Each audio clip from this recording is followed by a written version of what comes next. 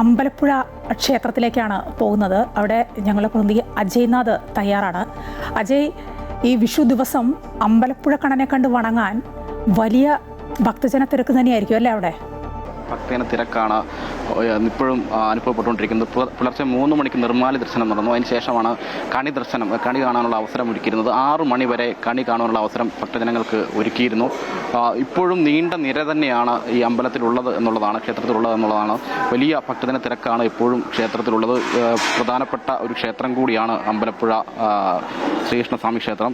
എന്തായാലും 3 മണി തൊട്ട് തന്നെ വലിയ ഭക്തജന തിരക്ക് ക്ഷേത്രത്തിൽ ഉണ്ടായിരുന്നു. അതിപ്പോഴും തുടരുന്നു എന്നുള്ളതാണ്. ഈ ക്ഷേത്രം ഭാരവാഹികൾ പറയുന്ന കണക്ക് പ്രകാരമാണെങ്കിൽ ചരിത്രത്തിൽ ആദ്യമായിട്ടാണ് ഇത്തരത്തിലേക്ക് വലിയ ഒരു ഭക്തജന തിരക്ക് അനുഭവപ്പെടുന്നത് എന്നാണ് ക്ഷേത്രം ഭാരവാഹികൾ ഉൾപ്പെടെ പറയുന്നത്. എന്തായാലും പന്തീരടി പൂജ 9 മണിക്ക് പന്തീരടി പൂജയുണ്ട്. അതിനുശേഷം ഉച്ചപൂജ തിരുവാഭരണം ചാർത്തിയുള്ളത്, ഭഗവാനെ തിരുവാഭരണം ചാർത്തിയുള്ള ദർശന പ്രാധാന്യം ഉള്ള ഒരു ഉച്ചപൂജയാണ് ഇന്നുള്ളത് എന്നുള്ളതാണ്. എന്തായാലും എത്തുന്ന എല്ലാ ഭക്തർക്കും വിഷു കണി ഉൾപ്പെടെ നൽകിയാണ് ക്ഷേത്രം ഭാരവാഹികൾ പറഞ്ഞയക്കുന്നത്. വലിയ ഒരു ആഘോഷം, ഒരു സമൃദ്ധിയുടെ അല്ലെങ്കിൽ ഐശ്വര്യത്തിൻ്റെ എല്ലാം പ്രതീകമായി തന്നെയാണ് വിഷുവിനെ കൊണ്ടാടുന്നത് എല്ലാ മലയാളികളും. അതുകൊണ്ട് തന്നെ വലിയൊരു ആഘോഷ നിമിഷത്തിലേക്ക് മാറുന്നു എന്നുള്ളതാണ് അമ്പലപ്പുഴ. വലിയ തിരക്ക് ഇപ്പോഴും തുടരുന്നു എന്നുള്ളതാണ് ഏറ്റവും പ്രധാനം. അതായത് മണിക്കൂറുകളാണ് ഭക്തജനങ്ങൾ ഭഗവാനെ ദർശിക്കുവാൻ വേണ്ടി കാത്തു നിൽക്കുന്നത് എന്നുള്ളതാണ് ഈ ഒരു ദിവസത്തിൻ്റെ ഏറ്റവും പ്രത്യേകത.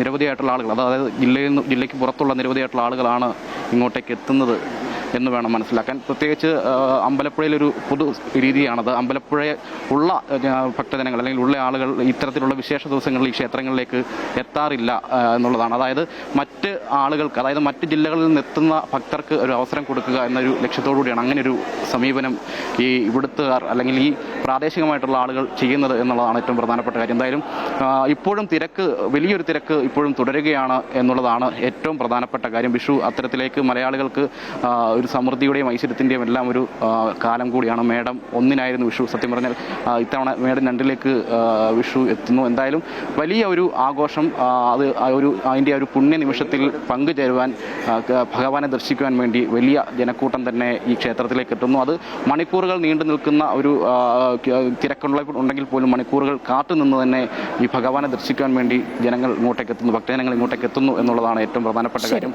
ഒപ്പം തന്നെ ഇപ്പോഴും ആ തിരക്ക് അതുപോലെ തന്നെ തുടരുകയാണ് മായ.